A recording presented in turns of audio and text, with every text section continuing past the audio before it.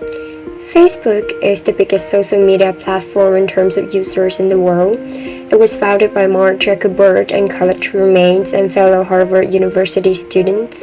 Today, everyone uses Facebook, and it becomes an essential part of our life because it brings people together.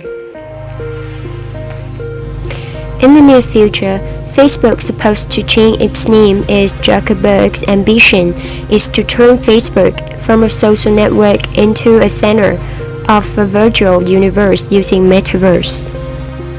However, a lack of people notes that Facebook used to be a scrappy underdog in social media. Despite many years of effort, it is still in the second place after MySpace. The reason is that the founder of Facebook, Zuckerberg, was more a computer hacker by heart. He can build the best product to fulfill Facebook's vision, but he admitted that he lacked the skill to successfully run a business.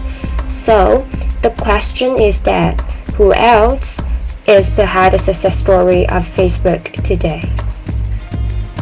At a time, Zuckerberg has made a genius move that he persuaded Sheryl Sandberg to leave Google and join Facebook as a Chief Operating Officer (COO).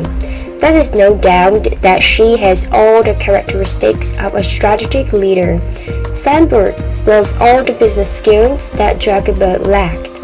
She had demonstrated her adjustability at Google and was already famous for her sales, business development, public policy, and communication powers. So it is simple to understand that Zuckerberg brings in the user, and Sandberg brings in the money. One of the qualities of her that stands out to us is that she is multifunctional. She has no hesitation to step up in unexpected areas when needed.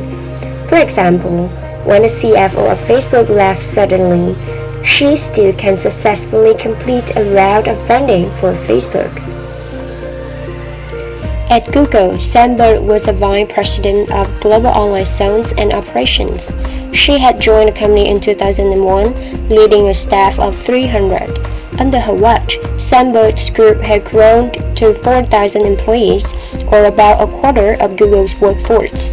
And Eric Schmidt, Google's CEO at that time, praised her as a superstar. In 2012, Sandberg was appointed to the board of directors, making her the first woman to join Facebook's governing body. Time magazine included Sandberg in its annual list of 100 most influential people, while Forbes magazine named her the most powerful woman in tech in its 2016 annual ranking. Although Facebook has recently become the most successful social networking, it's also facing some big challenges. The first issue related to the concerns about the user privacy. Facebook has long been criticized for alleged lax handling of user information and unclear privacy policy that change frequently.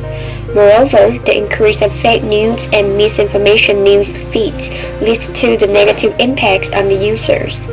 With these problems, we consider that Sandberg should implement a policy to comply with the user's information security and let the user know the reason why the app needs the user information. For the second challenge, she can use the censorship tool to monitor the quality control of the news and information before it's posted on the populated news feeds. And that is just a part of the story. Sandberg has not only brought Facebook to the top of success today, but she is also one of the first people who bring the term women leadership to the business world and speak out for the voice of women in leadership. She has released a book called Leading Women, Work and the Will to Lead in 2013 and quickly shot to the bestseller list.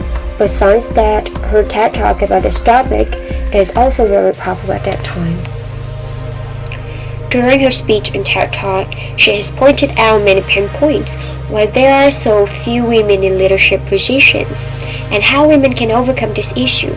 She pointed out that women are not making it to the top of any profession anywhere in the world. Especially in the corporate sector, women at the top, C-level jobs or seats top out at only 15 to 16%, and the number has not moved since 2002 and are going to the wrong direction. What are the problems? The first one is that women face harder choices between professional success and personal fulfillment. The second one is that women systematically underestimate their own ability and they don't negotiate their salaries. Research shows that 57% of men who left college negotiate their first salaries, while only 7% of women do it. Especially, men attribute their success to themselves and women attribute it to other external factors. If you ask men why they did a good job, they would say that because I'm awesome. While women would say that because someone helps them, they're lucky or they work really hard. So, what can women do to fix this number of them at the top? Sandberg pointed out 3 things. The first one sits at the table, believe in yourself, and negotiate yourself, because no one would succeed if they just sit at the side of the room, be silent, and think they don't deserve their success. The second one is having a good partner. And the last but most important thing is don't leave before you leave. Many women, when they start thinking about their future family, having a husband, and then having kids, they start to lower their hands for challenge, task, and promotion. They start to lose their passion for work and ignore the opportunities to get promotion even nothing has happened yet. So her message is that women, please don't think so far for the things that are not happening at present. Try to contribute fully to the workforce. Always keep your hands up before you actually have to leave and have a baby. Not only women, but we think that her advice is needed for every strategic leader in the business world. As strategic leaders, we should always encourage our fellows to strive for themselves and always be ready to make the change and the new missions, as those changes make a big change for the organizations they will be promoted to. And the lessons for those who desire to be a strategic leader is that just lean in. Rumors persist that Sandberg might pursue a political career in the future. She was chief of staff to Larry Summer, former Treasury Secretary under President Bill Clinton. Personally, we think that Sandberg would be a good politician because she has all the abilities to do so.